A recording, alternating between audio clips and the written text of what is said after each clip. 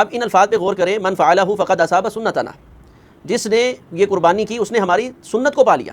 تو اگر قربانی فرض ہوتی تو رسول اللہ صلی اللہ علیہ وسلم اس عمل کو فرض کہتے، سنت نہ کہتا ہے کہ قربانی کرنا سنت ہے، فرض اور واجب نہیں ہے۔ من کان لہ سعہ، جس آدمی کے لیے گنجائش ہو، وسعت ہو، فرمایا فلم یضحِ، اور وہ قربانی نہ کرے، فلا یقربن مصلانا، وہ ہماری عیدگاہ کے قریب نہ آئے۔ بھائی کا سوال ہے کہ قربانی فرض ہے یا سنت ہے؟ سیدنا برا بن عازب رضی اللہ تعالیٰ عنہ بیان فرماتے ہیں، اللہ کے رسول صلی اللہ علیہ وسلم نے فرمایا ان اول ما نبدأ به فی یومنا ھذا، آج کے دن ہم سب سے پہلے جو کام کریں گے وہ کام یہ ہے کہ ان نصلی، ہم نماز پڑھیں گے، فنرجع، اور نماز پڑھنے کے بعد ہم واپس لوٹ جائیں گے، فننحر، تو ہم قربانیاں کریں گے، من فعلہ، جس شخص نے یہ کام کیا، فقد اصاب سنتنا، اس نے ہمارے طریقے کو پا لیا۔ یہ روایت صحیح البخاری میں ہے، حدیث نمبر ہے 5545۔ اب ان الفاظ پہ غور کریں، من فعلہ فقد اصاب سنتنا، جس نے یہ قربانی کی اس نے ہماری سنت کو پا لیا۔ تو اگر قربانی فرض ہوتی تو رسول اللہ صلی اللہ علیہ وسلم اس عمل کو فرض کہتے، سنت نہ کہتے۔ آپ کہیں گے شاید یہ آپ کا اپنا فہم ہے، لیکن اگر صحیح البخاری میں آپ اسی مقام پر جا کر امام بخاری رحمہ اللہ کا فہم دیکھیں تو وہ بھی یہی ہے، باب سنت الاضحیہ، قربانی کے سنت ہونے کا بیان۔ اسی طرح صحیح البخاری میں دوسری روایت 5546 نمبر پر ہے، رسول اللہ صلی اللہ علیہ وسلم کا ارشاد گرامی ہے، آپ نے فرمایا من ذبح قبل الصلاۃ، جس شخص نے نماز سے پہلے قربانی ذبح کی، جانور کو ذبح کر لیا، اس شخص نے فإنما ذبح لنفسہ ومن ذبح بعد الصلاۃ،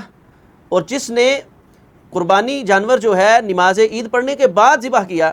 رسول اللہ صلی اللہ علیہ وسلم نے فرمایا فقط تم نسکہ، تو اس کی قربانی مکمل ہو گئی، واصاب سنت المسلمین، اور اس نے مسلمانوں کے طریقے سنت کو پا لیا۔ یہاں بھی رسول اللہ صلی اللہ علیہ وسلم نے قربانی کو اصاب سنت المسلمین کہا ہے۔ اسی طرح صحیح مسلم کے اندر سیدہ ام سلمہ رضی اللہ تعالی عنہ بیان فرماتی ہیں، صحیح مسلم کی روایت 1977 نمبر 1977، سیدہ ام سلمہ رضی اللہ تعالی عنہ بیان فرماتی ہیں کہ رسول اللہ صلی اللہ علیہ وسلم کا ارشاد گرامی ہے اذا رأیتم ہلال ذی الحجہ، فرمایا جب تم ذو الحجہ کے چاند کو دیکھو، واراد احدکم ان یضحی، اور تم میں سے کوئی شخص ارادہ کرتا ہے، وہ چاہتا ہے کہ وہ قربانی کرے، فلیمسک، تو اس آدمی کو چاہیے کہ وہ رک جائے، عن شعرہ واظفارہ، اپنے ناخن اور بال یہ نہ کاٹے۔ اب حدیث کے ان الفاظ پر غور کریں، واراد احدکم ان یضحی، جو چیز فرض ہوتی ہے اس میں انسان کی مشیت، انسان کے ارادے کے ساتھ اس کو معلق نہیں کیا جاتا، تو رسول اللہ صلی اللہ علیہ وسلم نے اس مقام پر جو ہے اس عمل کو، قربانی کو مسلمانوں کے ارادے کے ساتھ معلق کیا ہے، تو راجح موقف ہمیں یہی محسوس ہوتا ہے کہ قربانی کرنا سنت ہے، فرض اور واجب نہیں ہے۔ یہاں پر یہ بھی بات سمجھ لیں، ہمارے ہاں ایک بہت مشہور چیز ہو چکی ہے کہ قربانی کا نصاب کیا ہے،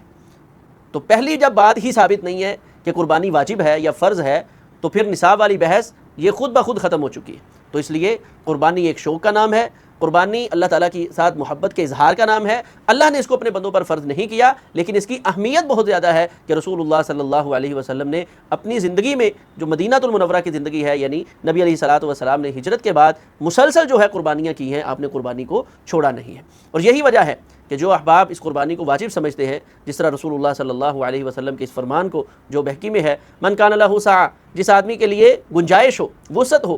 فرمایا فلم یضحِ، اور وہ قربانی نہ کرے، فلا یقربن مصلانا، وہ ہماری عیدگاہ کے قریب نہ آئے۔ بعد نے اس سے وجوب کا جو ہے وہ معنی لیا ہے، تو اس سے وجوب ثابت نہیں ہوتا، اس سے قربانی کی اہمیت ثابت ہوتی ہے کہ رسول اللہ صلی اللہ علیہ وسلم نے اس قدر اس کو اہمیت والا قرار دیا ہے۔